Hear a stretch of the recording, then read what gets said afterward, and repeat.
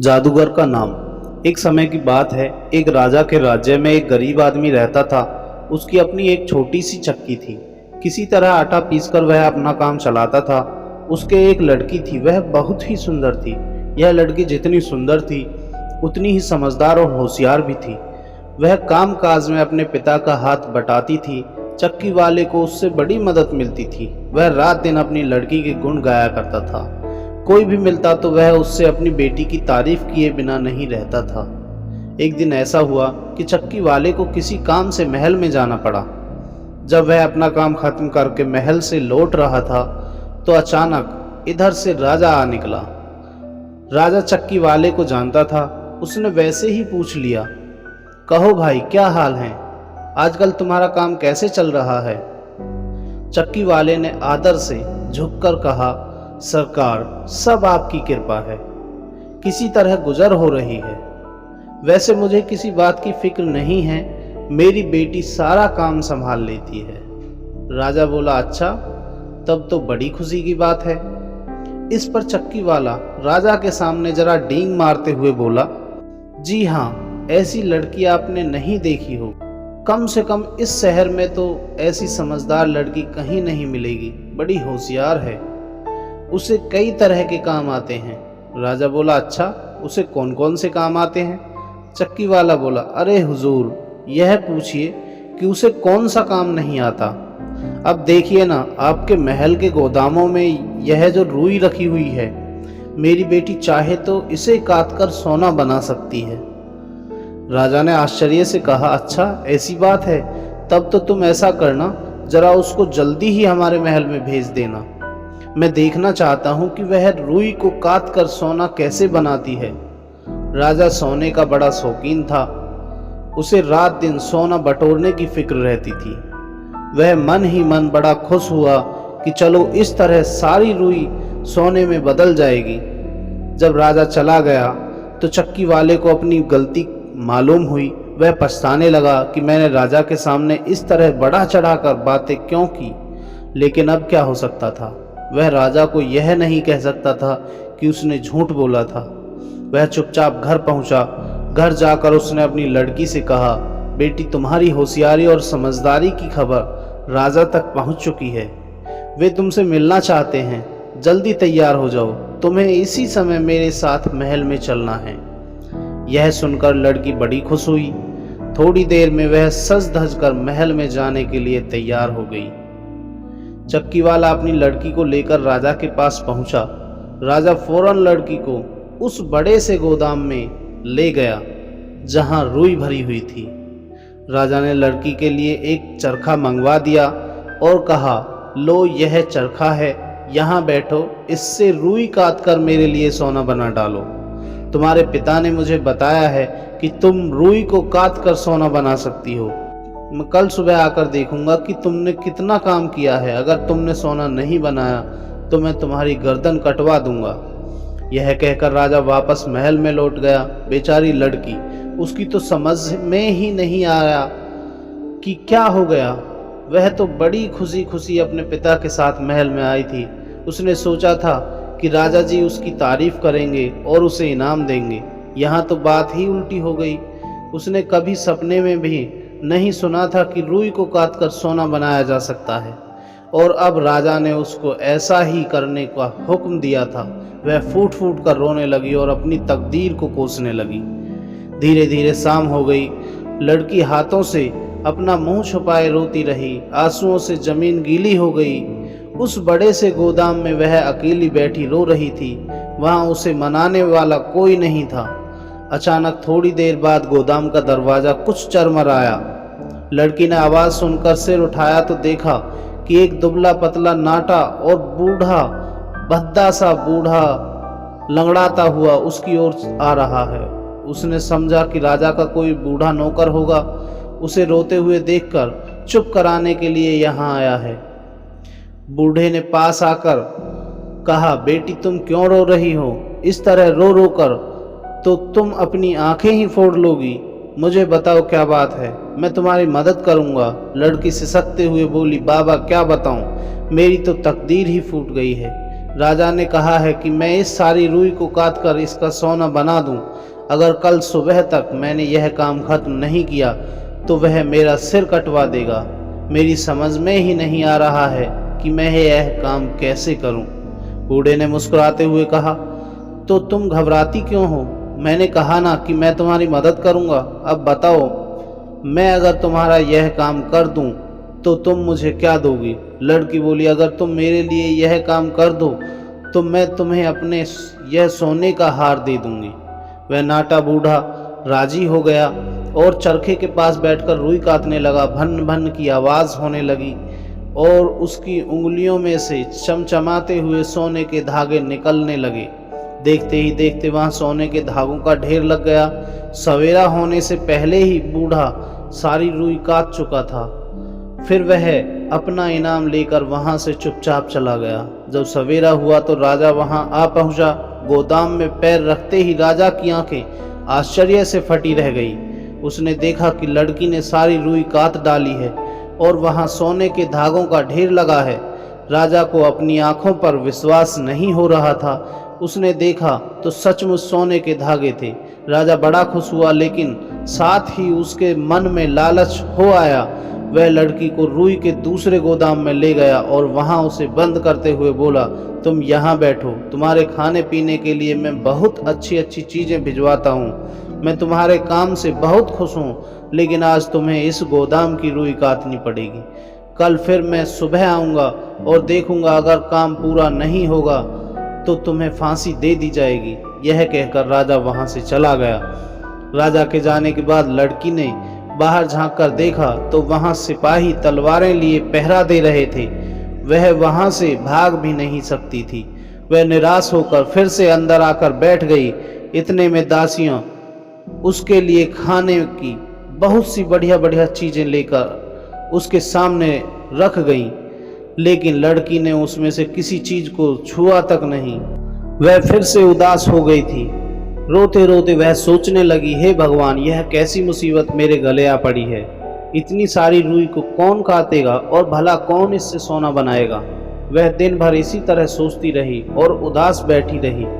शाम होने पर जब वह रोने लगी तो उसी तरह दरवाज़ा चरमराया और वही बूढ़ा आदमी अपने टेढ़े मेढ़े पैरों से चलता हुआ उसके सामने आ खड़ा हुआ। उसने आते ही कहा, अरे तुम फिर रोने लगी? रोती क्यों हो? बताओ, मैं तुम्हारा काम कर दूं तो आज मुझे क्या दोगी? लड़की ने अपने आंसू पोंछते हुए कहा, मैं तुम्हें अपनी यह हीरे की अंगूठी दे दूंगी। वह नाटा बूढ़ा राजी हो गया और बैठकर बड़ी तेजी से चरखा काटने लगा। देखते देखते उसने सारी रुई काट डाली और सोने के धागों का ढेर लगा दिया।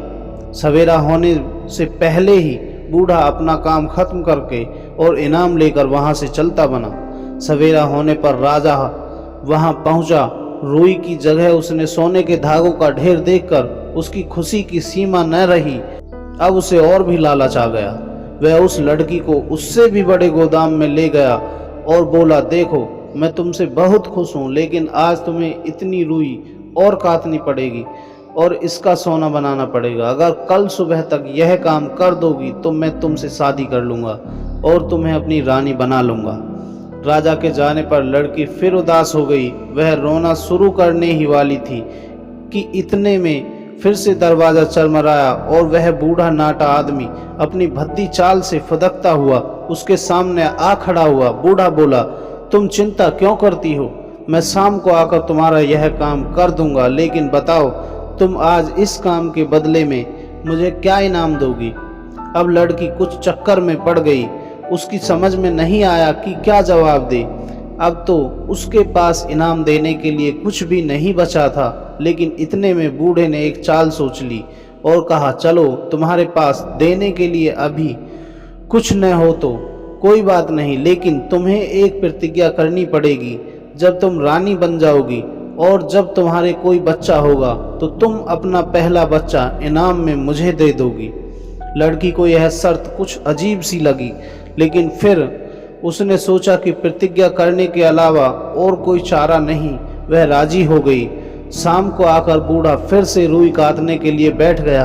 आज वह बहुत खुश था और बड़ी तेजी से चरखा चला रहा था। थोड़ी देर में उसने सारी रुई काट डाली और सोने के धागों का ढेर लगा दिया। आज ढेर इतना ऊंचा था कि छत को छू रहा था। काम खत्म करके बूढ़ा बोला, अच्छा अब मैं जाता हूँ, लेकिन याद रखना अपनी प्रतिज्ञा मत भूलना। यह कहकर वह वहां से चला गया। सवेरा होते ही राजा वहां पहुंचा। सोने के ढेर को देखकर उसका मन नाचने लगा। उसने लड़की को शाबाशी दी और उसे महल में ले गया। दूसरे दिन राजा ने धूमधाम के साथ उस लड़की को अपनी रानी बना लिया। चक्की वाले की लड़की अब रानी बन गई और बड़ी शान के साथ महल में रहने लगी। वह अपने सारे दुख भूल गई।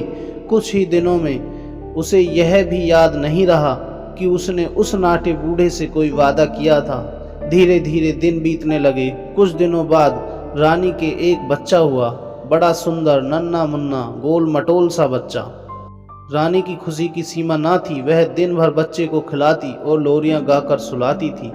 एक दिन वह आराम से बैठकर सोच रही थी कि उसके जैसी भाग्यवान लड़की दुनिया में और कौन होगी।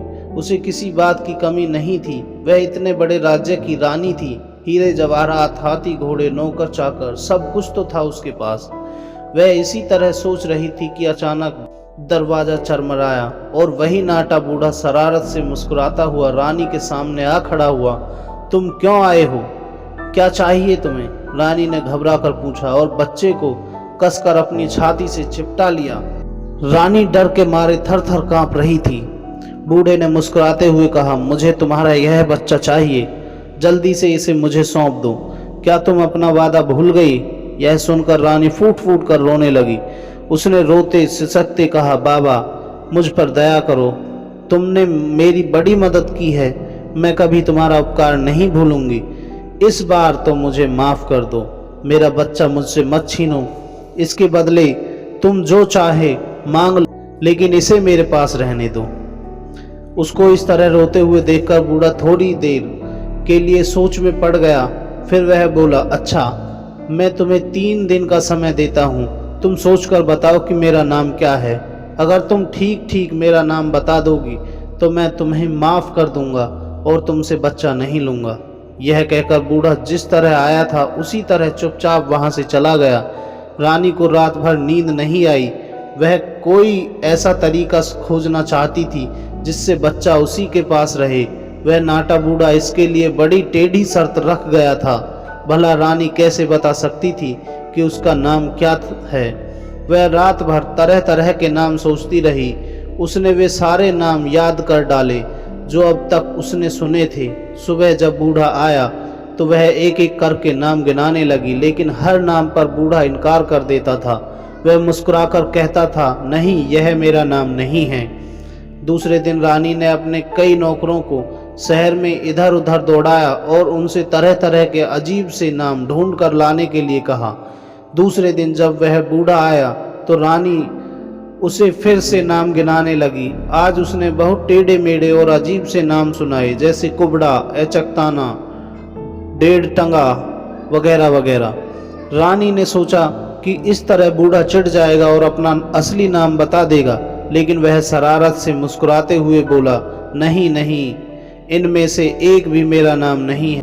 मैं जाता हूँ, कल जरूर मेरा नाम ठीक ठीक बता देना, वरना मैं तुम्हारा बच्चा ले जाऊंगा। रानी की समझ में नहीं आ रहा था कि क्या करे। दुनिया भर के अच्छे और बुरे नाम वह उसको सुना चुकी थी। बूढ़े का असली नाम क्या हो सकता है, इस संबंध में उसका दिमाग ही काम नहीं कर रहा था। उसने बहुत सोचा और अंत में हार मान ली। उसने तय किया कि अब वह अपने वादे के अनुसार बूढ़े को अपना बच्चा सौंप देगी। इसके अलावा और कोई चारा नहीं था। वह इस तरह उदास बैठी थी कि अचानक उसका एक नौकर दौड़ता हुआ उसके पास आया। वह भी उसके लिए नए से नए नाम खोजने के लिए गया था। उसने आकर कहा, रानी जी, नाम तो मुझे कोई नहीं मिला, लेकिन मैं आपको एक बात बताने आया हूँ। मैं नए नामों की खोज में दूर गांवों में गया था। लौटते वक्त पहाड़ के पास ही घने जंगल में रास्ता भूल गया, लेकिन मैं भटकते भटकते मैं ऐसी घनी झाड़ियों में पहुंचा जिनमें कोई जंगली जानवर भी नहीं निकल सकता था। वहां मैंने एक अजीब से नाटे बूढ़े को अपने लंगड़े पैरों पे नाचते हुए देखा। उसने एक झाड़ी के पास अपने लिए एक छोटी सी कुटिया बना रखी थी।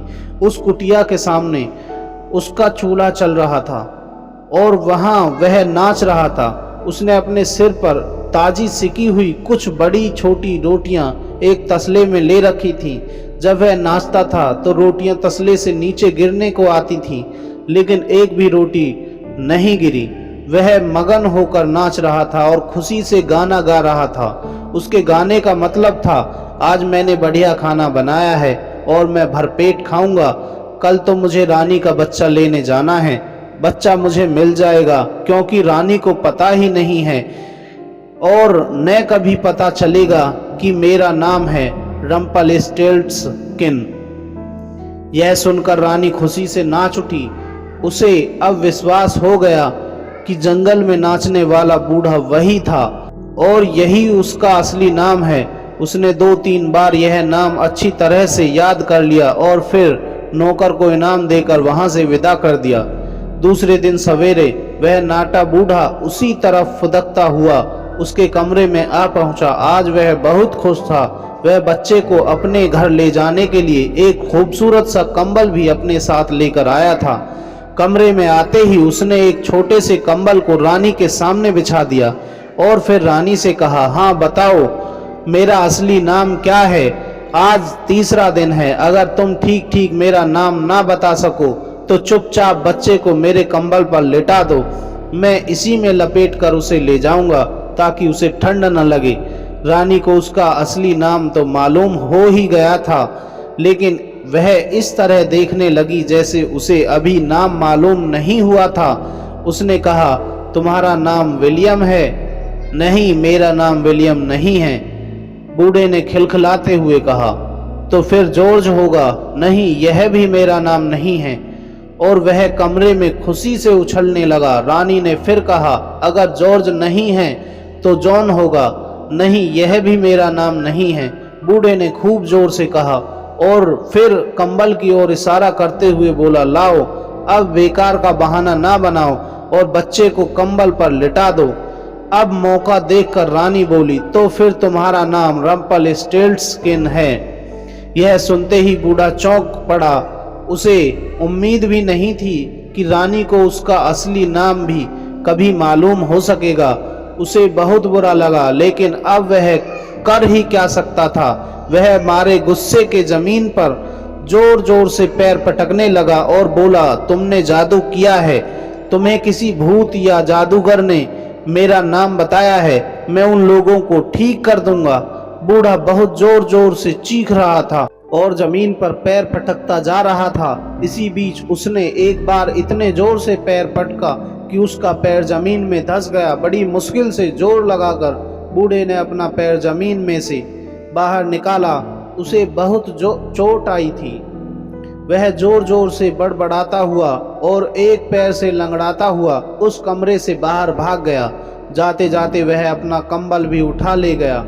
इसके बाद वह बूढ़ा फिर कभी नहीं आया और रानी आराम से रहने लगी। दोस्तों, उम्मीद करता हूँ आपको ये कहानी पसंद आई होगी। अगर आपको ये कहानी पसंद आई है तो इसे लाइक और शेयर करें। अगर आप चैनल पर नए हैं तो चैनल को सब्सक्राइब ज़रूर करें और हमें कमेंट करके अपनी राय के बारे में ज़रूर बताएं।